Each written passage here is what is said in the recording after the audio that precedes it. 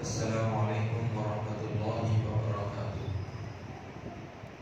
الحمد للہ رب العالمین والصلاة والسلام علی سید الانبیاء والمرسلین وعلى آلہ الطیبین الطاہرین واصحابہ الاکرمین الافضلین اجمعین وعلى من احبهم وتبعهم بإحسان إلى يوم الدین، اما بعد فقد قال الله سبحانه وتعالى في القرآن الكريم: أعوذ بالله من الشيطان الرجيم، بسم الله الرحمن الرحيم، سبحان الذي أسرى بعبده ليلا من المسجد الحرام إلى المسجد الأقصى الذي باركنا حوله لنريه من آياتنا إنه هو السميع البصير، صدق اللہ العظیم۔ عزیزان محترم، مکی دور کے حالات ذکر کیے جا رہے ہیں۔ چنانچہ گزشتہ روز جو باتیں ذکر کی گئی تھی سیرت طیبہ کے حوالے سے، وہ بھی مکی دور ہی کی تھی۔ اعلان نبوت کے 5ویں سال کے بعد سے 7ویں سال تک جو حالات پیش آئے تو اس وقت کے متعلق چند باتیں ذکر کی گئی تھی۔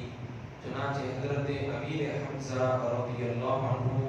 جو کہ حضور کے چاچا ہیں، تو حضور کے چاچاؤں میں جو سب سے پہلے اسلام لے آئے وہ تھے حضرت امیر حمزہ رضی اللہ عنہ، جو 6 اعلان نبوت کو آپ نے اسلام قبول فرمایا، اور آپ کے اسلام لانے کے چند روز بعد حضرت عمر فاروق رضی اللہ عنہ بھی اسلام میں داخل ہو گئے۔ یہ واقعات ہم گزشتہ روز ذکر کر چکے ہیں۔ البتہ جو دور تھا وہ مکی دور تھا۔ مکہ مکرمہ میں ہی یہ حضرات اسلام قبول کیے، اور اعلان نبوت کے 5ویں سال سے لے کر 7ویں سال تک کے حالات تھے۔ تو یہ دونوں حضرات، حضرت امیر حمزہ اور حضرت عمر فاروق رضی اللہ عنہما، اعلان نبوت کے 6ویں سال میں آپ دونوں نے اسلام قبول فرمایا ہے۔ اب آج کا جو ہمارا جو سیرت النبی صلی اللہ علیہ وسلم میں سے چند باتیں ہم ذکر کریں گے وہ یہ ہوں گی کہ 7ویں سال کے بعد جو حالات پیش آئے ان میں سے سوشل بائیکاٹ تھا، پھر دوسرا یہ تھا کہ عام الحزن جو کہ حضرت ابو طالب اور بی بی خدیجہ الکبریٰ رضی اللہ عنہما کا انتقال ہوا، پھر اس کے بعد واقعہ معراج پیش آیا۔ انشاءاللہ تعالی آج ہم چند باتیں انہی میں سے جانیں گے۔ چنانچہ اعلان نبوت کے 7ویں سال، یہ مکی دور کی باتیں ہیں، اعلان نبوت کے 7ویں سال میں یہ معاملہ پیش آیا کہ اب تک حضور صلی اللہ علیہ وسلم جو لوگوں کو اسلام کی دعوت دے رہے تھے، ایک ایک کر کے لوگ اسلام میں داخل ہوتے چلے گئے۔ اب جو بڑے طاقتور حضرات تھے جو کہ حضرت امیر حمزہ، حضرت عمر فاروق رضی اللہ عنہما، تو یہ حضرات بھی جب اسلام لے آئے تو اب مسلمانوں میں بڑی طاقت اور قوت پیدا ہو گئی، مسلمانوں کو بڑا حوصلہ ملا۔ چنانچہ اب اس کے بعد حضرت عمر رضی اللہ عنہما نے اسلام لانے کے بعد حضور کی خدمت میں یہ عرض کیا کہ اے اللہ کے رسول صلی اللہ علیہ وسلم، ہم حق پر ہیں، تو لہذا ہم کو لوگوں سے ڈرنے کی کوئی بات نہیں، اور آپ ہم سب مل کر جو ہے کعبۃ اللہ شریف میں جا کر کھلا کھلا عبادت کریں گے، اور لوگوں کو کھلا کھلا سب کو ہم دین کی دعوت پیش کریں گے۔ اب اس کے بعد یہ قافلہ کعبۃ اللہ شریف کی جانب روانہ ہو جاتا ہے۔ حضرت امیر حمزہ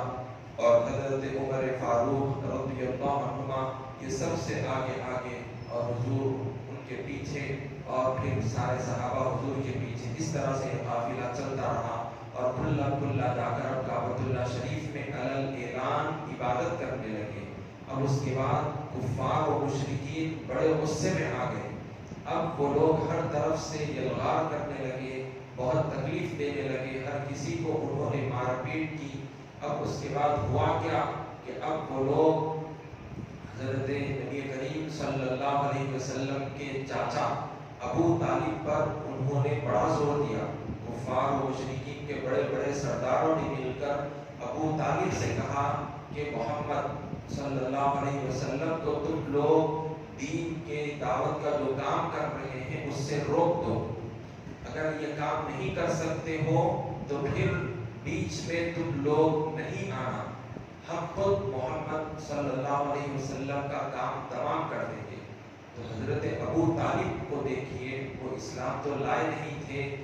اور آپ نے ہمیشہ حضور کا ساتھ دیا ہے، تو آپ نے کیا بات کہی کہ تم لوگ میرے بھتیجے کو کچھ بھی نہیں کرنا، وہ جو بات کہتے ہیں ان کی بات بالکل برحق ہے، سچی ہے، ہم ان کے ساتھ ہیں، ہم ان کے ساتھ ہیں، ہم ان کا ساتھ ہرگز نہیں چھوڑیں گے۔ تو اب اس کے بعد ہوا کیا، سارے بڑے بڑے سردار مل کر، کفار مشرکین کے بڑے بڑے سردار مل کر اب یہ سوشل بائیکاٹ کا ایک عہد نامہ انہوں نے بنایا، سب نے اس پر دستخط کیے۔ کیا تھا اس کے اندر کہ ان لوگوں نے یہ بات طے کی کہ اب سے بنو ہاشم کے گھرانے سے رشتے ناطے سب ختم کر دیے جائیں، ان کے یہاں پر آنا جانا بند کر دیا جائے، ان سے لین دین کا معاملہ ختم کر دیا جائے، شادی بیاہ کے معاملے ختم کر دیے جائیں۔ اور اس طرح سے ان لوگوں نے یہ دستاویز تیار کی اور سب نے اس پر دستخط کی اور اس کو ایک ڈبے میں ڈال کر کعبۃ اللہ شریف کے پاس دیوار پر لٹکا دیا گیا۔ اور اس طرح سے حضور صلی اللہ علیہ وسلم کا جن لوگوں نے ساتھ دیا وہ سارے کے سارے بنو ہاشم سوائے ابو لہب کو چھوڑ کر سارے کے سارے جو اسلام جو نہیں لائے تھے اور جو اسلام لے آئے تھے، وہ سبوں نے مل کر حضور کا بھرپور ساتھ دیا اور سب کو ایک مکے میں ایک گھاٹی ہے اس کے پاس، وہاں پر ان کو محصور کر دیا گیا تھا، وہاں پر ان کو قید کر دیا گیا تھا، ان کا احاطہ کر دیا گیا۔ اور اس طرح سے وہ جو وقت گزرا ہے وہ قریب 2.5 سے 3 سال تک کا زمانہ گزرا۔ تو سب لوگ بائیکاٹ کر دیے، کوئی لین دین نہیں، کھانے پینے کی چیزیں تک نہیں پہنچائی جاتی، نہ ان کو خریدنے دیا جاتا۔ اگر کوئی تجارتی قافلہ بھی آتا تو یہ سرداران قریش کہا کرتے، یہ کفار کہا کرتے کہ ان کو بنو ہاشم کے لوگوں کو زیادہ سے زیادہ مہنگا بیچا کرو۔ تو اس طرح سے ان لوگوں نے اتنا بڑا ظلم و ستم حضور صلی اللہ علیہ وسلم پر اٹھایا، حضور کو اتنی بڑی تکلیف پہنچائی، اور اس تکلیف میں سب کے سب حضور کے چاچا سوائے ابو لہب کو چھوڑ کر سب لوگ حضور کا ساتھ دیے اور بھرپور حضور کی حمایت فرمائے، اور کسی صورت میں حضور کو کفار و مشرکین کے حوالے نہیں فرمائے۔ یہ وقت ایسا گزرا، سیرت نگاروں نے اس کو بڑی تفصیل کے ساتھ ذکر فرمایا ہے، چند باتیں ہم جانیں گے کہ وہ وقت کیسا تھا۔ آج ہم تھوڑے وقت کے لیے اپنے آپ میں غور کریں کہ جو NRC NPR کے تعلق سے جو باتیں نکلی تھی، ہر کوئی بڑا پریشان تھا کہ اب کیسا کریں گے، اب ڈیٹینشن سینٹر میں ڈال دیا جائے گا، صحیح پروف نہیں کیا جائے گا، تو بڑی حیرت میں بس یہ چیزوں کے بارے میں سوچ رہے ہیں کہ ہم کو انڈیا سے نکال دیا جائے گا، لیکن یہ نہیں دیکھتے کہ ہم مسلمان ہیں تو اسلام پر قائم رہیں گے، اپنے ایمان کی حفاظت کریں گے، یہ ذرا سی بھی کسی میں فکر پیدا نہیں ہے۔ لیکن وہاں پر دیکھیے حضور کا معاملہ، دیکھیے حضور کے سامنے بڑے بڑے آفرز پیش کیے گئے، آپ اگر کسی لڑکی کا انتخاب فرمائے تو ہم وہ پیش کر دیں گے، جو دولت کو وہ پیش کر دیں گے، آپ سرداری چاہتے ہیں وہ بھی دے دیں گے، ہر چیز پیش کر دیں گے۔ لیکن حضور نے کسی چیز کو بھی قبول نہیں کیا، بلکہ تکلیفوں کو برداشت کر لیا۔ لیکن حضور نے امت کو یہ بڑا پیغام دیا کہ اے میری امت، تم پر بھی ایسے مسائل کا سامنا تمہارے ساتھ بھی ہو سکتا ہے، تم کو بھی کہیں ڈیٹینشن سینٹر میں ڈال دیا جائے گا، کہیں تم کو قید کر دیا جائے گا، کھانے پینے کا سامان تم کو نہیں دیا جائے گا، تو تم کیا کرو گے؟ تو اب یہ حضور صلی اللہ علیہ وسلم کا اسوہ حسنہ، حضور کی مبارک زندگی ہمارے لیے بہت بڑا سبق ہے، لیسن ہے ہمارے لیے۔ حضور نے 3 سال بھوکے پیاسے بڑی تکلیف و شدت میں اس طرح سے گزارے ہیں، حضور بھی گزارے، حضور کے سارے گھر والے بھی ان چیزوں کا سامنا کیے، مگر حضور اپنے مشن سے نہیں پھرے، دین کی دعوت سے پیچھے نہیں ہٹے، بلکہ اس پر قائم رہے، ثابت قدم رہے۔ تو یہ ہمارے لیے بڑا پیغام ہے کہ ہماری زندگی میں بھی ایسے کوئی مسائل پیش آ جائے، کبھی ایسا معاملہ ہمارے ساتھ پیش آ جائے، کوئی ایسی ناگہانی صورتحال پیش آ جائے، تو ہم کو اپنے ایمان کی فکر کرنا ہے۔ کسی کا کوئی بھی آفر ہو کہ اسلام چھوڑ دیں، ہم کو آفر دیں گے، تو ہم کو وہ آفر کو ٹھکرا دینا ہے اور اپنے ایمان پر ہمیشہ ثابت قدم رہنا ہے۔ بھوک پیاس کو برداشت کر لینا ہے، اگر اس حالت میں جان بھی چلے جائے تو خوش نصیبی ہے ہماری، لیکن ایمان کو ہاتھ سے جانے نہیں دینا۔ یہ بہت بڑا ہمارے لیے پیغام ہے۔ تو الغرض حضور صلی اللہ علیہ وسلم نے 3 سال، جس کو شیعہ ابی طالب کہا جاتا ہے، تو حضرت ابو طالب کے ساتھ ان کے انڈر میں سارے کے سارے گھر والے، سارے حضرات بھوکے پیاسے رہ کر بڑی تکلیفوں کا سامنا کرتے ہوئے وقت گزارے۔ کھانے کے لیے برابر کھانا نہیں ہوتا تو جھاڑ کے پتے کھا لیا کرتے، جو چمڑا ہوتا اس کو سکھا دیا جاتا اور اس کو پھر دھوپ میں سکھانے کے بعد اس کا ستو بنایا جاتا۔ اس طرح سے وقت گزارے ہیں حضور اور حضور کے گھر والے۔ اور یہی نہیں بلکہ بتلایا جاتا ہے کہ بعض مرتبہ تو کھانے کے لیے ذرہ برابر کچھ بھی نہیں ہوتا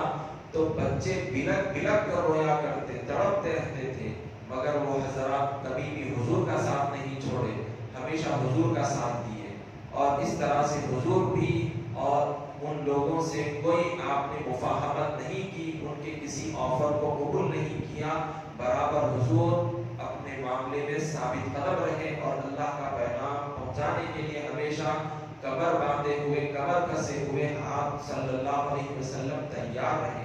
اب یہ حالت حضور پر جو گزر رہی تھی، اب تو جو بڑے بڑے سردار جو یہ معاہدہ بنائے تھے، انہی میں سے چند ایسے بھی غیرت مند لوگ تھے کہ ان کے دل میں بڑا رحم آیا۔ چنانچہ ان لوگوں نے چھپتے چھپتے کچھ سودا سلوک، کچھ سودا سامان وہاں پر پہنچانا شروع کر دیے، مدد کرنا شروع کر دیے حضرت ابو طالب کی اور حضور کے گھر والوں کی۔ پھر ہوتے ہوتے پھر ان کے دل میں یہ بات بھی پیش آئی، یہ بات بھی آ گئی، اللہ کی طرف سے یہ رحم پیدا ہو گیا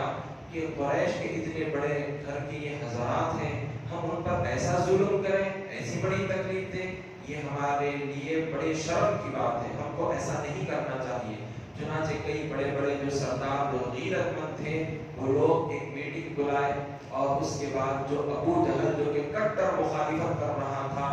تو ان لوگوں کو منہ توڑ جواب دیے اور میٹنگ بلا کر بولے، کیا تم لوگوں کو شرم نہیں آتی کہ قریش اتنا بڑا گھرانہ ہے، بنو ہاشم جو اتنا بڑا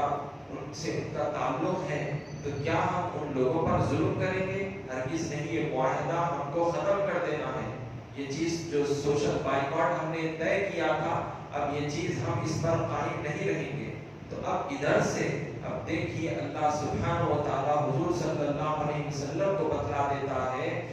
کہ جو ڈبے کے اندر وہ دستاویز جو وہ تیار کیے تھے ایک پیپر پر، جس چیز پر بھی وہ چیزیں لکھی گئی تھی معاہدہ، تو اس میں اللہ تعالیٰ کے نام کو چھوڑ کر، اللہ کے نام کو چھوڑ کر جتنا بھی وہ لکھا گیا تھا وہ دیمک نے، اس کو کیڑوں نے ختم کر دیا تھا، سوائے اللہ کے نام کو چھوڑ کر۔ چنانچہ اب حضور کو اللہ کی جانب سے پیغام مل چکا تھا، حضور نے اپنے چاچا ابو طالب سے ساری باتیں فرما دی کہ اے میرے چاچا،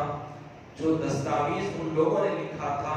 دیمک نے اللہ کے نام کو چھوڑ کر ان تمام تر چیزوں کو کھا لیا ہے۔ حضرت ابو طالب کو جب وہاں پر بلایا گیا تھا تو آپ نے بھی ان لوگوں کے سامنے یہ بات رکھی کہ میرا بھتیجا محمد صلی اللہ علیہ وسلم، انہوں نے کبھی زندگی میں جھوٹ نہیں بولی ہے، کبھی جھوٹ نہیں بولے۔ اب ان کا یہ کہنا ہے کہ تم لوگوں نے جو معاہدہ لکھا تھا اس میں اللہ کے نام کو چھوڑ کر کیڑوں نے، دیمک نے ان تمام تر چیزوں کو کھا لیا ہے۔ اگر وہ بات جو کہہ رہے ہیں اگر وہ اس میں حقیقتاً سچے ہیں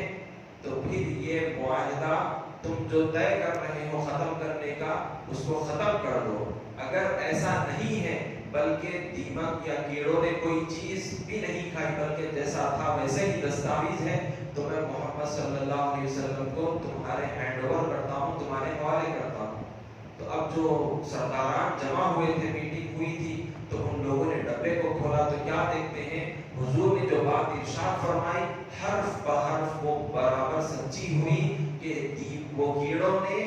اللہ کے نام کو چھوڑ کر سب پیپروں کو کھا لیا تھا، سب چیزوں کو ختم کر دیا تھا۔ تو اس طرح سے 3 سال تک یہ معاملہ چلتا رہا۔ اس کے بعد یہ سوشل بائیکاٹ کا معاملہ بالکل ختم ہو گیا۔ اب اس طرح سے 7ویں اعلان نبوت کے 7ویں سال سے لے کر 10ویں سال تک یہ سلسلہ رہا۔ اب اس کے بعد 10واں سال جب آیا اعلان نبوت کا، تو اس وقت حضرت ابو طالب جو کہ حضور کے چاچا ہیں، ہمیشہ حضور کا ساتھ دیے، ہمیشہ حضور کے ساتھ رہے، حضور کی بڑی خیرخواہی آپ نے فرمائی، حضور کے ساتھ بڑا اچھا برتاؤ فرمایا تھا۔ تو اب وہ دنیا سے چل بسے، آپ کا انتقال ہو چکا تھا۔ آپ کے ایمان کے تعلق سے اختلافات پائے جاتے ہیں، لیکن ہم کو علماء نے یہ بات ذکر فرمائی ہے کہ ان کے ایمان کے تعلق سے ہم کو بات نہیں کرنی ہے، بلکہ خاموش رہنا ہے، اللہ ہی کے پاس ان کا معاملہ ہے۔ تو بہرحال حضرت ابو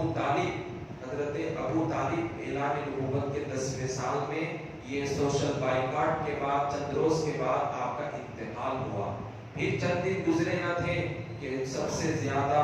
جو آپ کی ہمدرد زوج محترمہ تھی اور حضور صلی اللہ علیہ وسلم نے آپ کی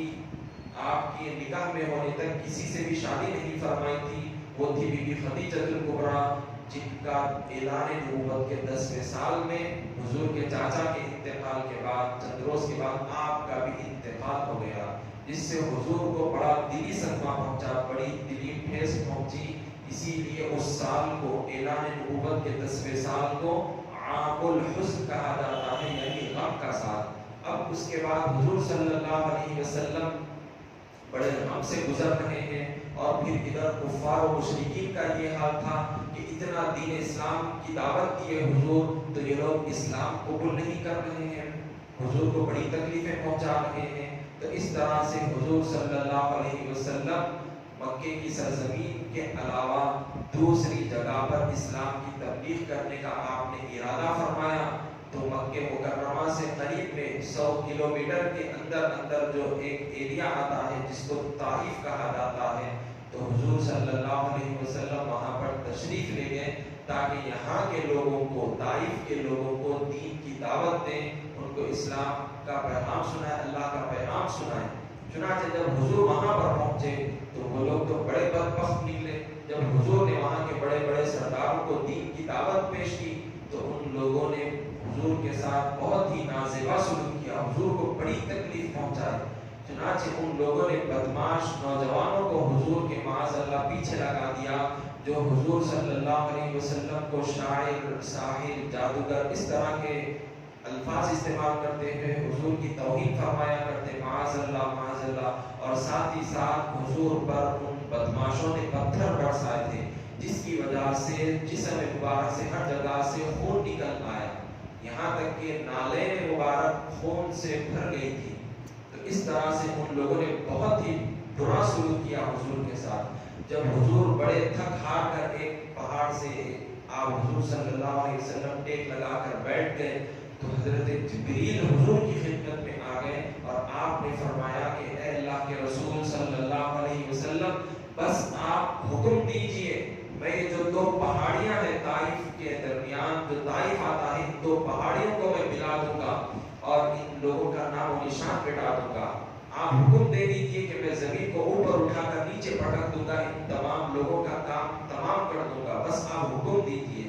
لیکن حضور صلی اللہ علیہ وسلم کے اخلاق کریمہ دیکھیے، اتنی بڑی تکلیف پہنچی کہ حضور پورے لہو لہان ہے، جسم سے خون نکلا ہے، ان لوگوں نے حضور کی توہین کی، برے برے الفاظ کہے، بدتمیزی کی، لیکن حضور رحمت للعالمین ہے، سارے عالمین کے لیے رحمت بنا کر بھیجے گئے ہیں۔ تو حضور صلی اللہ علیہ وسلم نے فرمایا کہ اے جبریل، میں رحمت للعالمین ہوں، اللہ نے مجھ کو رحمت للعالمین بنایا ہے، میں کیسا ان کے حق میں بددعا کروں، کیسے ان پر لعنت بھیجوں، یہ میرا ضمیر گوارا نہیں فرماتا۔ مجھ کو اس بات کی امید ہے، میں اللہ سے اس بات کی امید رکھتا ہوں کہ ان کی جو نسل ہوگی وہ ضرور اسلام میں داخل ہو جائے گی اور اسلام کی بھرپور وہ حمایت کریں گے۔ چنانچہ ہوا بھی یہی کہ یہ جو لوگ تھے، یہ لوگ تو اسلام نہیں لائے، لیکن ان کی جو نسلیں تھیں طائف کے بعد یہ جو طائف کا مقام ہے، ان کے آبا و اجداد تو حضور کے بعد کہنے پر اسلام تو نہیں لائے تھے، لیکن ان کی نسلیں بعد میں آگے چل کر اسلام لے آئی اور بھرپور مسلمانوں کی اور اسلام کی انہوں نے حمایت فرمائی ہے، مدد فرمائی ہے۔ تو اس طرح سے اعلان نبوت کے 10ویں سال کے بعد یہ واقعہ بھی پیش آیا تھا۔ اسی طرح سے حضور اکرم صلی اللہ علیہ وسلم اب اعلان نبوت کے 11ویں اور 12ویں سال میں آپ کا یہ عمل بھی ہم کو ملتا ہے کہ حضور صلی اللہ علیہ وسلم جو حج کے جو قافلے آتے، کیونکہ حج جو زمانے سے کیا جاتا ہے، کعبۃ اللہ کا طواف زمانے سے کیا جاتا ہے، اب وہ ان لوگوں کا زمانے جاہلیت میں ان لوگوں کا طور طریقہ بالکل الگ تھا۔ وہ طواف تو کرتے ہی تھے، لیکن وہاں پر اللہ کے ساتھ شرک بھی کیا کرتے، بتوں کی پوجا بھی کیا کرتے تھے۔ لیکن جب اسلام آیا تو اس نے ان تمام تر چیزوں کا خاتمہ فرما دیا تھا۔ تو بہرحال جب وہ زمانہ تھا حضور کا اعلان نبوت کا 11واں سال، تو اس وقت بھی لوگ حج کے لیے آئے ہوئے تھے مدینہ طیبہ سے، جن میں قبیلے اوس اور قبیلے خزرج کے کچھ لوگ تھے، کیونکہ مدینہ طیبہ میں یہ دو بڑے بڑے قبیلے تھے، قبیلے اوس اور قبیلے خزرج، اور ان دونوں قبیلوں کے درمیان میں زمانے سے بڑی دشمنیاں چلی آ رہی تھی، بڑی لڑائیاں ہوا کرتی تھی، قتل و غارت گیری ہوا کرتی تھی۔ لیکن جب حضور صلی اللہ علیہ وسلم سے ان کا تعلق قائم ہوا، وہ اسلام میں داخل ہو گئے، تو حضور صلی اللہ علیہ وسلم نے ان کی لڑائیوں کا خاتمہ فرما دیا۔ تو جب اعلان نبوت کے 11ویں سال ان کے قبیلے سے کچھ لوگ یہاں پر آئے ہوئے تھے، تو ان لوگوں کو یہودیوں سے یہ باتیں معلوم ہوئی تھی کہ وہ یہودیوں سے وہ لوگ یہ باتیں سن چکے تھے کہ آخری پیغمبر تشریف لانے والے ہیں، ان کی یہ صفات ہیں، یہ ان کی کوالٹیز ہیں۔ تو جب یہ لوگ یہاں پر آئے ہوئے تھے حج کے لیے مکہ مکرمہ، تو ان لوگوں نے یہ باتیں سنی تو حضور صلی اللہ علیہ وسلم کے پاس گئے۔ حضور صلی اللہ علیہ وسلم نے ان کو اللہ کا کلام سنایا، تو اب وہ لوگ ایک ایک کر کے کچھ لوگ جو آئے ہوئے تھے وہ اسلام میں داخل ہو گئے، اور ان لوگوں نے حضور صلی اللہ علیہ وسلم کے دست مبارک پر بیعت فرمائی، اسلام قبول کر لیے اور کہا کہ ہم یہ پیغام اپنے قبیلے میں پہنچائیں گے۔ چنانچہ اس کے لیے یہ بات ذکر کی جاتی ہے کہ جس مقام پر مینا کے مقام پر ایک گھاٹی کے پاس حضور صلی اللہ علیہ وسلم نے ان کو دین کی دعوت دی تھی، ان سے بیعت لی تھی، تو اس کو بیعت عقبہ اولیٰ کہا جاتا ہے۔ پھر اعلان نبوت کے 12ویں سال پھر جب حج کا موسم آیا تو اس وقت اور زیادہ لوگوں کو لے کر وہ یہاں پر آئے، اور اس طرح سے کئی سارے لوگ مدینہ طیبہ سے آئے تھے۔ مدینہ طیبہ کا پہلے نام یثرب تھا۔ تو بہرحال وہاں سے جب لوگ اور زیادہ آئے اور حضور صلی اللہ علیہ وسلم کے دست مبارک پر انہوں نے ایمان لایا اور اسلام کے دامن میں داخل ہو گئے۔ اب اس کے بعد ان لوگوں نے حضور صلی اللہ علیہ وسلم کی بارگاہ میں عرض کیا، اے اللہ کے رسول، یہاں پر لوگ آپ کو ستاتے ہیں، تکلیفیں دیتے ہیں، آپ یثرب چلیے، ہم آپ کا بھرپور سپورٹ کریں گے، ہم آپ کی بڑی تائید فرمائیں گے، ہم آپ پر جان چھڑکتے ہیں، آپ ہمارے ساتھ چلیے۔ تو حضور کو ابھی اللہ کی طرف سے اجازت نہیں ملی تھی، تو بہرحال حضور تو ان کے ساتھ نہیں گئے۔ اب ان لوگوں نے یہ بات کہی کہ آپ ہمارے لیے کوئی ایک ٹیچر کا بندوبست فرما دیجیے، ہمارے ساتھ ایک معلم کو بھیج دیجیے، ٹیچر کو، تاکہ وہ ہم کو دین اسلام کی تبلیغ فرمائے اور اسلام کی تعلیمات سے ہم کو آگاہ فرمائے اور ہمارے قبیلے میں دین اسلام کی تبلیغ فرمائے۔ چنانچہ حضور صلی اللہ علیہ وسلم نے حضرت مصعب بن عمیر رضی اللہ عنہ کو ان لوگوں کے ساتھ، قبیلے اوس اور قبیلے خزرج کے لوگوں کے ساتھ حضور نے روانہ فرما دیا۔ یہاں پر یہ بات بھی یاد رکھ لیجئے کہ حضرت مصعب بن عمیر بہت بڑی شخصیت ہے، یہ دین اسلام کے سب سے پہلے ٹیچر ہیں، معلم ہیں، یہ سب سے پہلے ٹیچر ہیں۔ آپ کے متعلق یہ بات یاد رکھ لیں، اس سے پہلے چند باتیں کہ ہم اتنے مال و دولت، اللہ نے جس کو مال و دولت سے نوازا ہے،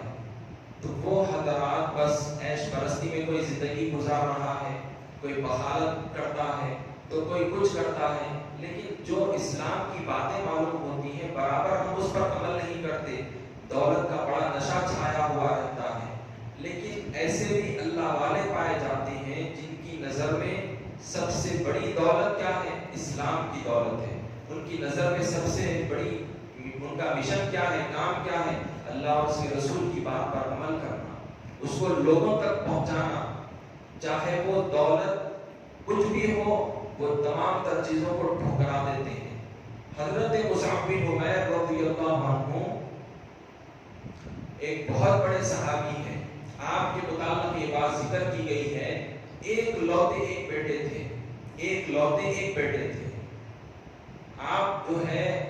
ایک مرتبہ وہ کپڑا پہنتے، دوسری مرتبہ وہ کپڑا نہیں پہنتے تھے، اور ہمیشہ ایک بے انتہا پیسے خرچہ کیا کرتے تھے۔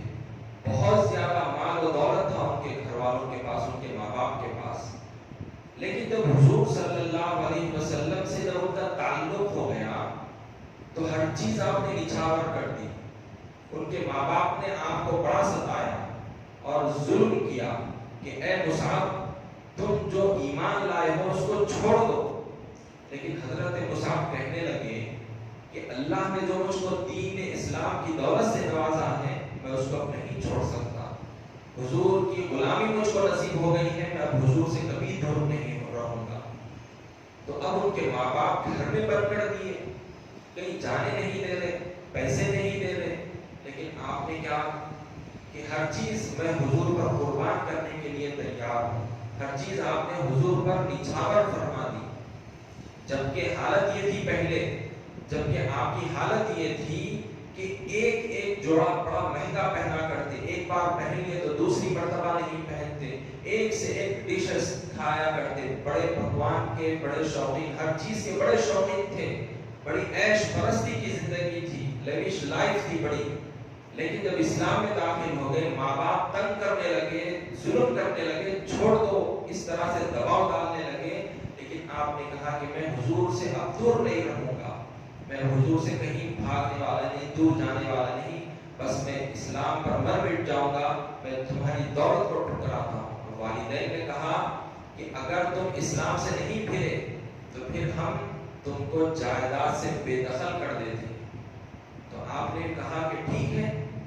میں جائیداد سے بے دخل ہونے تیار ہوں، مجھ کو تمہارا ایک روپیہ، ایک درہم، دینار کی کوئی ضرورت نہیں۔ چنانچہ حضرت مصعب بن عمیر رضی اللہ عنہ حضور صلی اللہ علیہ وسلم کے ہمیشہ ساتھ رہنے لگ گئے، حضور کے ہمیشہ ساتھ رہتے، اور بہت زیادہ آپ نے حضور سے علم حاصل فرمایا۔ اسی لیے حضور صلی اللہ علیہ وسلم نے آپ کو سب سے پہلا ٹیچر بنا کر آپ نے یہ اعزاز عطا فرمایا، اور مدینہ طیبہ وہاں پر جو کہ پہلے اس کا نام یثرب تھا وہاں پر روانہ فرمایا، اور جو وہاں پر دین اسلام کی تبلیغ فرمانے والی شخصیت ہے وہ حضرت مصعب بن عمیر رضی اللہ عنہ۔ چنانچہ آپ کی شہادت جنگ احد میں حضرت امیر حمزہ رضی اللہ عنہ کے ساتھ ہوتی ہے۔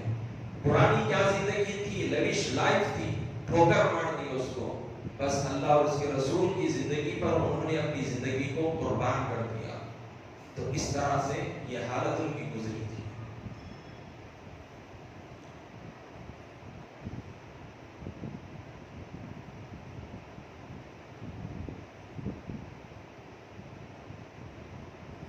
اللهم صل على سيدنا محمد وعلى ال سيدنا محمد وبارك وسلم۔ تو بہرحال حضرت مصعب بن عمیر رضی اللہ عنہ کا جب آپ کی شہادت واقع ہوئی، کفن بھی برابر نصیب نہیں تھا۔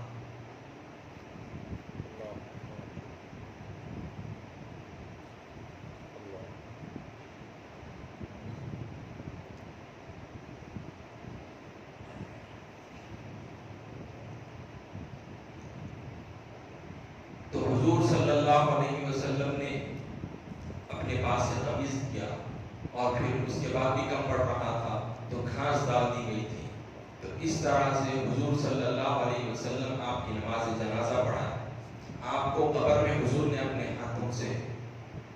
دفن فرمایا، اور حضور نے آپ کے حق میں بڑی دعائیں فرمائی۔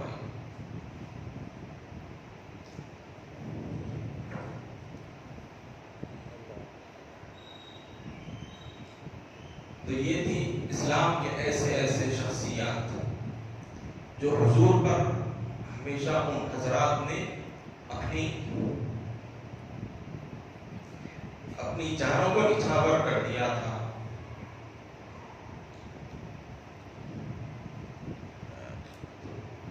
عرض کرنا یہ ہے ہمارے اندر بھی یہ جذبہ ہونا چاہیے، ہر چیز سے بڑھ کر اللہ اور اس کے رسول پر مٹنا ہے، ان کی تعلیمات پر عمل کرنا ہے۔ یہ دولت، یہ شہرت کوئی چیز کام میں آنے والے نہیں ہے۔ تو یہ پیغام ہم کو حضرت مصعب بن عمیر رضی اللہ عنہ سے ملتا ہے۔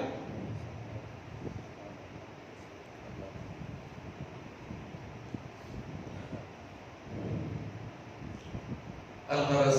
کہ اعلان نبوت کے 11ویں اور 12ویں سال سے حضور صلی اللہ علیہ وسلم نے قبیل اوس اور قبیل خزرج کے لوگوں میں جو حج کے لیے آئے ہوئے تھے اسلام کی تبلیغ فرمائی، اور حضرت مصعب بن عمیر رضی اللہ عنہ کو معلم بنا کر وہاں پر روانہ فرمایا۔ اور پھر اعلان نبوت کا 13واں سال تھا، حضور بڑے غمگین حالات سے گزر گئے۔ اب اس کے بعد اللہ سبحانہ و تعالیٰ نے حضور صلی اللہ علیہ وسلم کو آگے کی جو ترقی کے منازل تھے، اب ترقی کے لیے حضور صلی اللہ علیہ وسلم کو اللہ تعالیٰ نے معراج نصیب فرمایا۔ تو یہ اعلان نبوت کے 13ویں سال میں واقع ہوئی، اور کئی اختلاف بھی ذکر کیے گئے ہیں، لیکن یہ بات پکی ہے کہ مدینہ طیبہ ہجرت فرمانے سے پہلے مدینے کے لیے ہجرت فرمانے سے پہلے حضور کو معراج نصیب ہوئی۔ اب یہ معراج کیا ہے؟ شب معراج میں واقعات تفصیل کے ساتھ سنتے ہیں، بس میں مختصر عرض کر دوں گا کہ حضور صلی اللہ علیہ وسلم مکہ مکرمہ میں اپنے چچیری بہن کے گھر میں آپ آرام فرما رہے تھے کہ حضرت اللہ سبحانہ و تعالیٰ کا پیغام پہنچا، اور حضرت جبریل علیہ السلام اللہ کی بارگاہ سے پیغام لے آئے، اور جنتی سواری آئی تھی، اور حضور کی خدمت میں عرض کیا گیا کہ اللہ سبحانہ و تعالیٰ آپ کو بلا رہے ہیں، آپ کے لیے یہ دعوت نامہ ہے۔ اس کے بعد وہاں سے حضور روانہ ہوتے ہیں براق نامی سواری پر سوار ہو کر۔ اس کا ذکر ہم کو 15ویں پارے کی ابتدائی آیت میں ملتا ہے کہ سبحان الذی اسریٰ بعبدہ لیلا من المسجد الحرام الی المسجد الاقصی، کہ پاک ہے وہ ذات جس نے اپنے بندے کو رات تو رات مسجد حرام سے مسجد اقصی تک کی سیر کروائی۔ مسجد اقصی یعنی بیت المقدس، اور وہاں تک کی کیوں سیر کروائی تو بتلایا گیا، اللہ تعالیٰ خود فرما رہے ہیں الذی بارکنا حولہ لنریہ من آیاتنا، کہ جس کے ارد گرد ہم نے برکتیں رکھی ہیں، کہ بیت المقدس وہ مقام ہے جس کے اطراف میں اللہ تعالیٰ کی قدرت کی کئی ساری نشانیاں ہیں، وہاں پر کئی سارے پیغمبر وہاں پر مدفون ہیں وہاں پر، تو اللہ سبحانہ و تعالیٰ نے بڑی برکتیں رکھی ہیں۔ تو اللہ تعالیٰ نے حضور صلی اللہ علیہ وسلم کو مکہ مکرمہ مسجد حرام سے بیت المقدس کی سیر کروائی، اور پھر اس کے بعد وہاں سے آسمانوں کی سیر کروائی گئی۔ ساتوں آسمان پر حضور صلی اللہ علیہ وسلم نے مشاہدہ فرمایا، اور 7ویں آسمان پر جو بیت معمور ہے وہاں پر حضور صلی اللہ علیہ وسلم نے اس کا مشاہدہ فرمایا۔ ہر آسمان پہ ایک پیغمبر سے ملاقات ہوتی چلی گئی، اور پھر اس طرح سے وہ وقت بھی آیا کہ پھر سدرۃ المنتہا سے آگے بڑھتے ہوئے اللہ سبحانہ و تعالیٰ کی بارگاہ تک آپ کو بلاوا آیا، اور آپ وہاں تک گئے، اور پھر اللہ سبحانہ و تعالیٰ کی بارگاہ میں جانا بھی نصیب ہوا۔ اور اللہ کی بارگاہ میں جب آپ حاضر ہوتے ہیں تو جیسا ہی وہاں پر داخل ہوتے ہیں، ایک ایک کر کے نورانی پڑھتے اڑتے چلے جاتے ہیں، ہٹتے چلے جاتے ہیں، اور اللہ کی بارگاہ میں پہنچتے ہی حضور کی زبان مبارک سے یہ کلمات جاری ہو جاتے ہیں، التحیات للہ والصلوات والطیبات، کہ ہر طرح کی تعریف، ہر طرح کی طیبات، تحیات، سلام اللہ تعالیٰ کے لیے ہیں۔ اللہ کی خدمت میں اس طرح سے آداب بجا لاتے ہیں، سلام عرض کرتے ہیں، تحیات پیش کرتے ہیں، تو پھر اللہ کی بارگاہ سے کیا جواب ملتا ہے حضور کو؟ السلام علیکہ ایھا النبی ورحمۃ اللہ وبرکاتہ، اے پیارے نبی آپ پر بھی سلامتی ہو، برکت ہو، رحمت ہو۔ تو اب یہ دیکھیے کہ حضور اللہ کی بارگاہ میں حاضر ہیں اور پھر وہاں پر بھی اپنی امت کو یاد فرما رہے ہیں، حالانکہ اللہ اور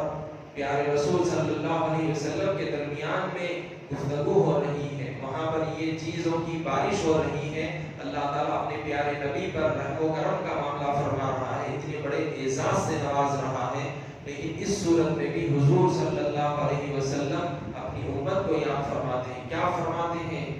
السلام علینا وعلی عباد اللہ الصالحین، ہم پر بھی سلامتی اور اللہ کے نیک بندوں پر بھی سلامتی ہو۔ تو ہم جو نماز میں ہر نماز میں التحیات پڑھتے ہیں تو یہ چیزیں اس وقت پیش آئی تھی اور یہ کلمات نماز میں اس کو پڑھا کرتے ہیں۔ تو الغرض اس طرح سے واقعہ معراج پیش آیا تھا، جو کہ ہجرت سے پہلے کا یہ واقعہ ہے، اعلان نبوت کے 13ویں سال میں، یا پھر بعض سیرت نگاروں نے بتایا کہ اعلان نبوت کے 10ویں سال کے بعد یہ واقعہ پیش آیا تھا۔ تو اس طرح سے اب اللہ تعالیٰ نے معراج کی شب اپنے دیدار سے مشرف فرمایا، اور جتنا اللہ تعالیٰ کو منظور تھا اپنی تجلیات کو ظاہر فرمایا۔ اور یہ بات بھی یاد رکھ لیں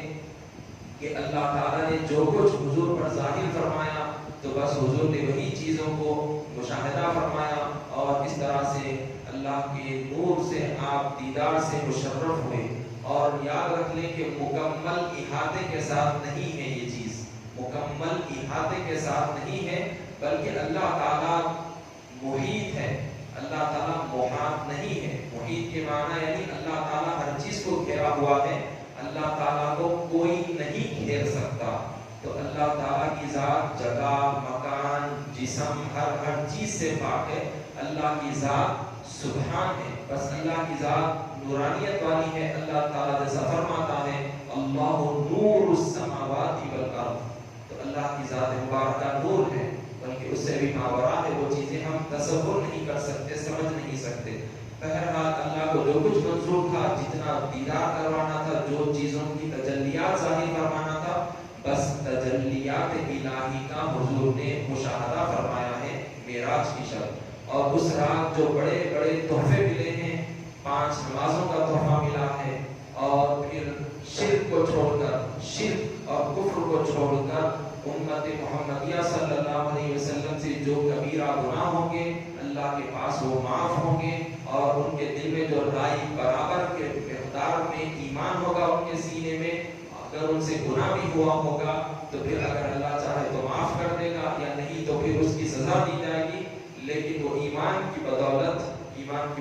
ان کو جنت میں داخل فرما دیا جائے گا۔ تو یہ خوشخبریاں بھی ملی، اور پھر اللہ تعالیٰ کو جو اپنے پیارے حبیب سے کلام فرمانا تھا، وحی نازل فرمانا تھا، اللہ تعالیٰ نے اپنے پیارے حبیب پر وہ وحی کو نازل فرمایا۔ فَأَوْحَى إِلَىٰ عَبْدِهِ مَا أَوْحَى، تو اس طرح سے اللہ سبحانہ وتعالیٰ نے جو وحی نازل فرمانا تھا اپنے پیارے حبیب پر وحی نازل فرمائی، اور جو اتنی دیر حضور صلی اللہ علیہ وسلم رہے برابر اپنے پیارے رب کا دیدار فرماتے رہے، اللہ سبحانہ وتعالیٰ کا دیدار فرماتے رہے، اور پھر وہاں سے پھر صحیح سلامت آپ تشریف لے آئے۔ تو اس سے بتلایا گیا کہ یہ چیز ہوئی کیوں، کہ اتنے حالات جو تکلیف والے مرحلے مکی زندگی میں حضور نے گزارے، کفار و مشرکین نے بڑا ظلم و ستم اٹھایا تھا، تو اب اس کے بعد اب نیا دور شروع ہونے والا تھا، جو مسلمانوں کی ترقی کا دور تھا، جو کہ مدینہ طیبہ سے اب مسلمانوں کو ترقیوں پر ترقیاں نصیب ہوتی چلی گئی، اور پھر مکہ بھی بعد میں فتح ہوا اور مسلمان لوگوں پر غالب آ گئے۔ تو انشاءاللہ تعالیٰ اب واقعہ معراج کے بعد ہجرت کا سفر شروع ہوتا ہے، انشاءاللہ تعالیٰ ہجرت کے سفر کے تعلق سے ہم کل ذکر کریں گے۔ وصلی اللہ تعالیٰ وسلم